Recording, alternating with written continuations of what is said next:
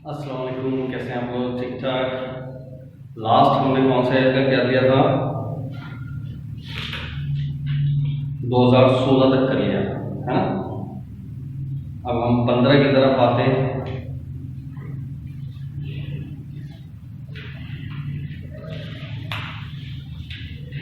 देखिए 2015 में क्या आया है भाई सवाल। तो सबसे पहले तो चेक करो 2015 क्वेश्चन नंबर 9 और उसका पार्ट है ए 2015।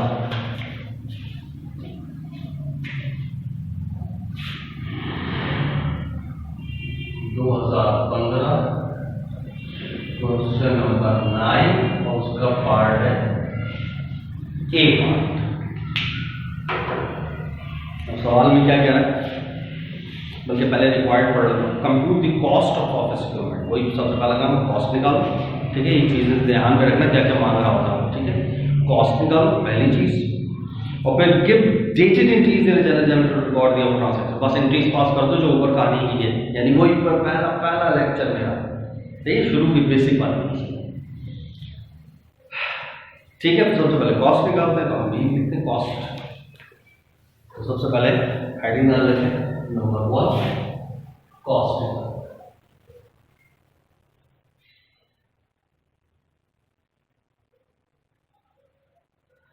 कंवर्जन ऑफ कॉस्ट क्या है? Cost of office equipment.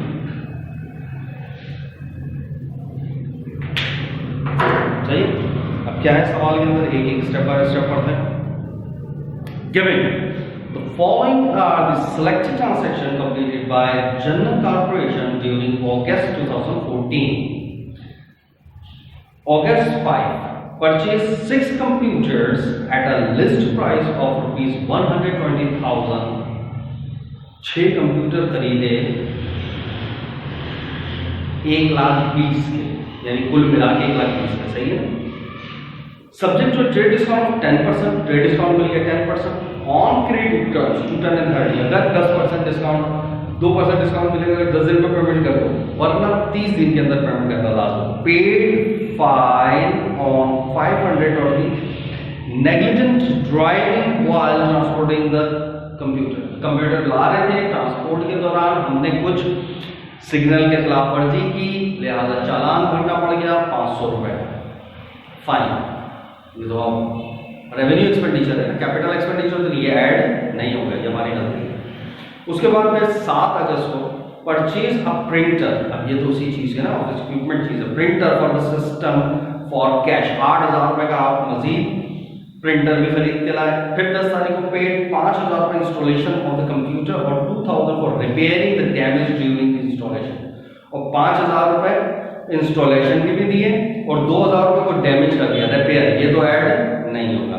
उसका पेड लायबिलिटी डेटेड August 5, और वो जो 5 अगस्त को हमने जब कंप्यूटर खरीदा था लायबिलिटी दी 10 दिन में पेमेंट कर दोगे तो डिस्काउंट मिलेगा 5 अगस्त को, तो आज हमने 14 अगस्त को ही पेमेंट कर दिया। तो इसका मतलब क्या हुआ, डिस्काउंट मिल जाएगा, तो वो भी डिस्काउंट मिल गया और बस।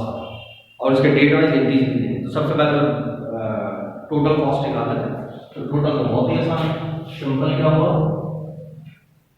लिस्ट प्राइस कितने की है, 1,20,000, तो ये आता रहेगा 1,20,000। और इसमें से क्या लेस हो रहा है, सबसे पहले तो ट्रेड डिस्काउंट। सही है, सबसे पहले ट्रेड डिस्काउंट। ट्रेड डिस्काउंट कितने परसेंट है, 10%, तो इसी के ऊपर रेट लगेगा 1,20,000 के ऊपर 10%। 1,20,000 से 10% कितना आ गया, 12,000। अब 1,20,000 में से 12 निकाल दो, 108। ये क्या चीज आ गई आपकी, इनवॉइस प्राइस या बिल्ड प्राइस। सही। फिर हमें डिस्काउंट भी मिला, वो डिस्काउंट क्या कहलाता है,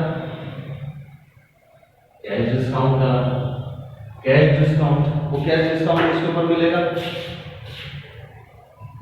108 के ऊपर, और वो डिस्काउंट कितना था 2%। 2% कितना हो गया 2160, 2160 लेस करा दो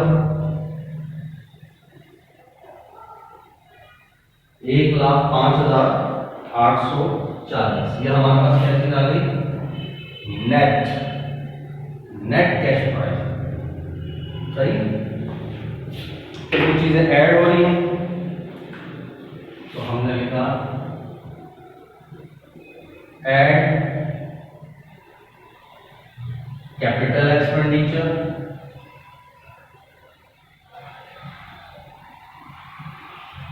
सही। अब कैपिटल एक्सपेंडिचर्स के अंदर क्या क्या था, सिर्फ प्रिंटर ऐड हो रहा है। प्रिंटर कितने का था 8, और दूसरी चीज इंस्टॉलेशन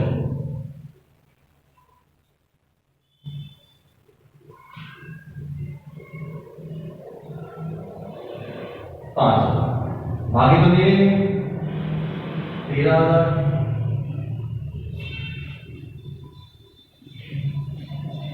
सम कर लो 1,18,840। ये आ गई टोटल कॉस्ट। सही। कॉस्ट ऑफ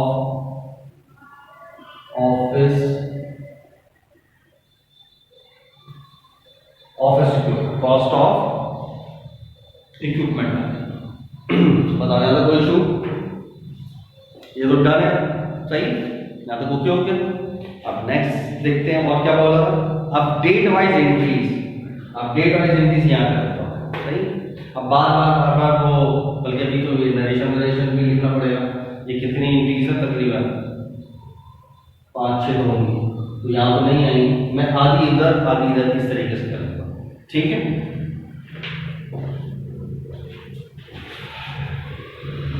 तो ये यहाँ तक तो आपको नजर आ ही रहा है उसको यहाँ। सही है।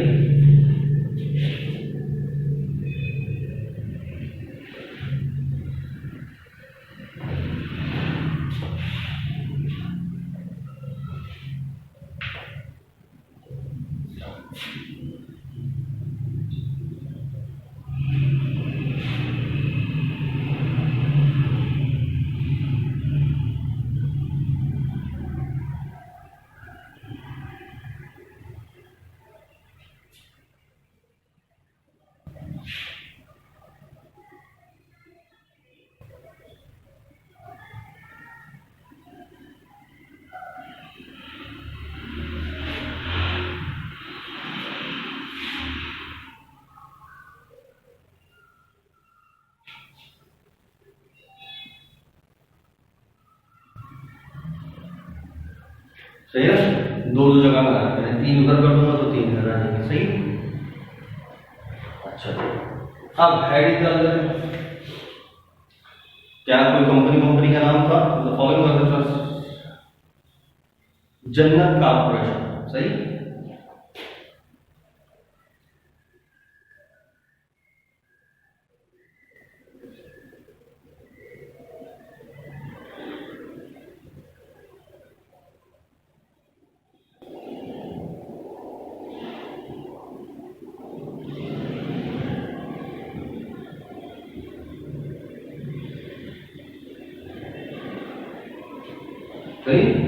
General, not general entries.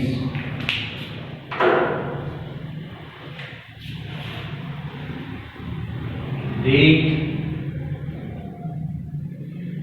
Account, titles and explanation, reference, debit, credit. The next page, date, account, titles and explanation, reference, debit credit, ठीक है। एड ऊपर एक तरफ बता देंगे। अब एंट्री सबसे अब डेट वाइज चलेंगे, सही। सबसे पहले क्या कहानी हुई, अगस्त की 5 को आपने जाके मशीन खरीदी, वो कितने की थी, 1,20,000 की और 1,20,000 की थी। 10% ट्रेड डिस्काउंट तो उसी को मिल गया, और ये रिकॉर्ड पर नहीं लिखते, ठीक है, रिकॉर्ड पर नहीं लाते। तो 1,08,000 का बिल बन गया हमारे पास, सही है ना। और उसके बाद ये जल्दी पेमेंट होगी तो होगा, वरना नहीं। बस यहाँ तक कहानी पहला। तो 5 अगस्त को सिर्फ यही बात करता है। ये ईयर कौन सा है, 2014। अब आपने लिखा 2014 अगस्त 5। तो क्या खरीदा है आपने, ऑफिस इक्विपमेंट। तो आप यहाँ लिखते हैं ऑफिस इक्विपमेंट डेबिट, और उधार खरीदा है, लिहाजा अकाउंट्स पेबल। कंपनी का नाम तो नहीं है, किससे खरीदा, नहीं। तो बस ये कितना है, 1,08,000, यहाँ आ गया 1,08,000, सही। ये भी आपने खरीदा है, ठीक है।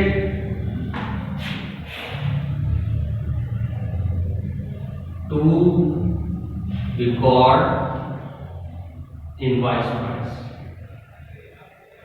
To record invoice price of equipment.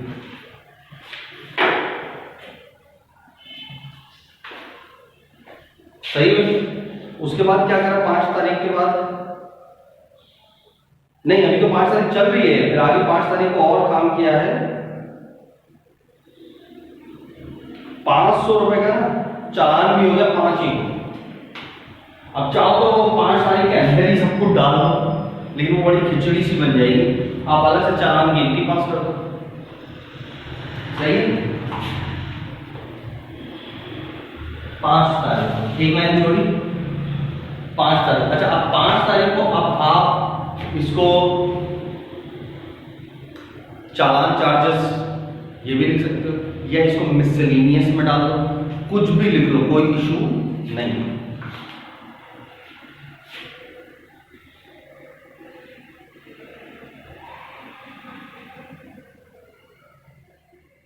सही है, मैं मिसलेनियस में डाल दूंगा,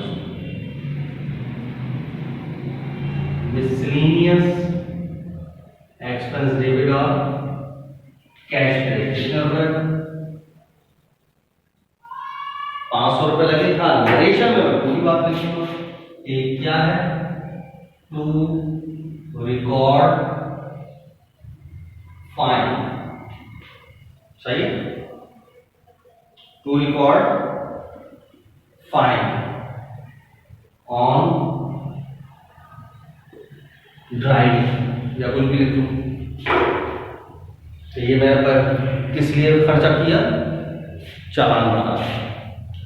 उसके बाद फिर 7 तारीख को प्रिंटर खरीदा 8,000 का, वो इसी में शामिल था। तो प्रिंटर को अलग से नहीं लिखूंगा, बल्कि ऑफिस इक्विपमेंट नहीं डालूंगा। कब है, 7 तारीख। तो 7 तारीख को फिर दोबारा से ऑफिस इक्विपमेंट डेबिट और कैश क्रेडिट। कितने का, 8,000, सही। और एंट्री क्या लिखूं, टू रिकॉर्ड प्रिंटर, सही।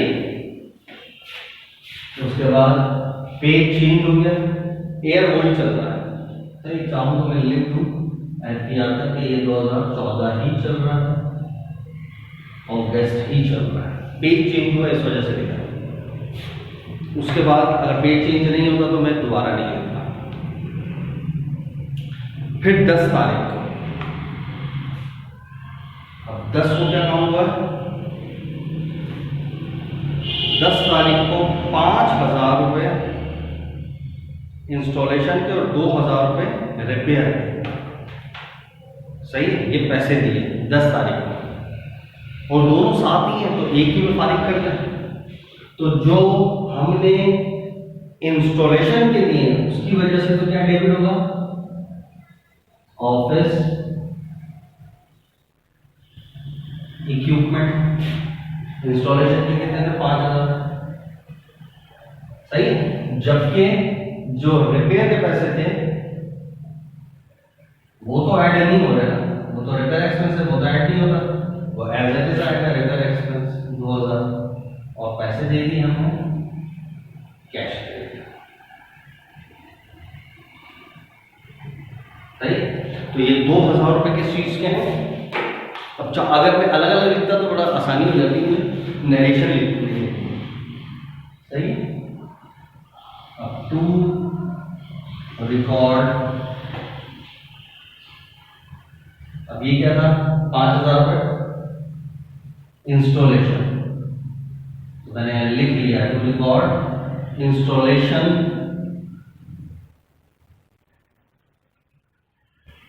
एंड रिपेयर कॉस्ट, सही। अब ये इंस्टॉलेशन की वजह से ये हो गया, रिपेयर तो रिपेयर लिखा हुआ ही, मुझे टेंशन की जरूरत नहीं, नरेशन से पता चल जाएगा दोनों बातें।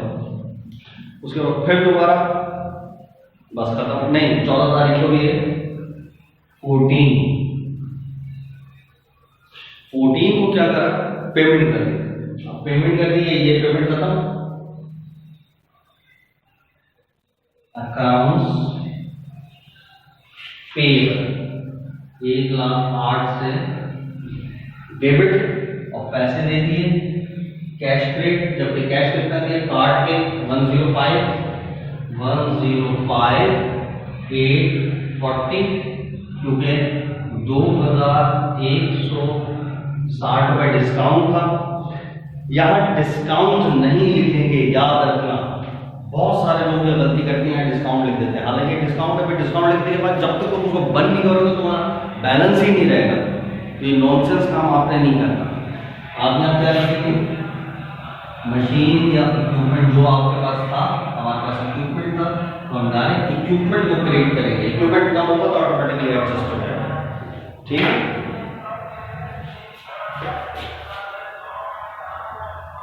टू रिकॉर्ड, यहाँ लिख लो कैश डिस्काउंट हमने रिकॉर्ड किया, सही। जब टू रिकॉर्ड पेमेंट और कैश डिस्काउंट पास करो तो देखो ये वो भी बेसिक के अंदर यही मैंने तकरीबन चीजें यहाँ पर इन्हीं को अलग अलग कर सकते हो, एक साथ भी कर सकते हो। यहाँ आपने हमेशा असेट को क्रिएट करके फारिग कर देना। अगर खोले रखोगे कैश डिस्काउंट लिखोगे या परचेज डिस्काउंट तो उसको बंद करना पड़ेगा, फिर वो डेबिट और फिर इक्विपमेंट क्रेडिट, तो डबल काम करने की जरूरत ही नहीं, ठीक है। ओके की रिपोर्ट हो गई, देखो इसको भी आप अच्छे से सॉल्व कर लेना। अल्लाह हाफिज़।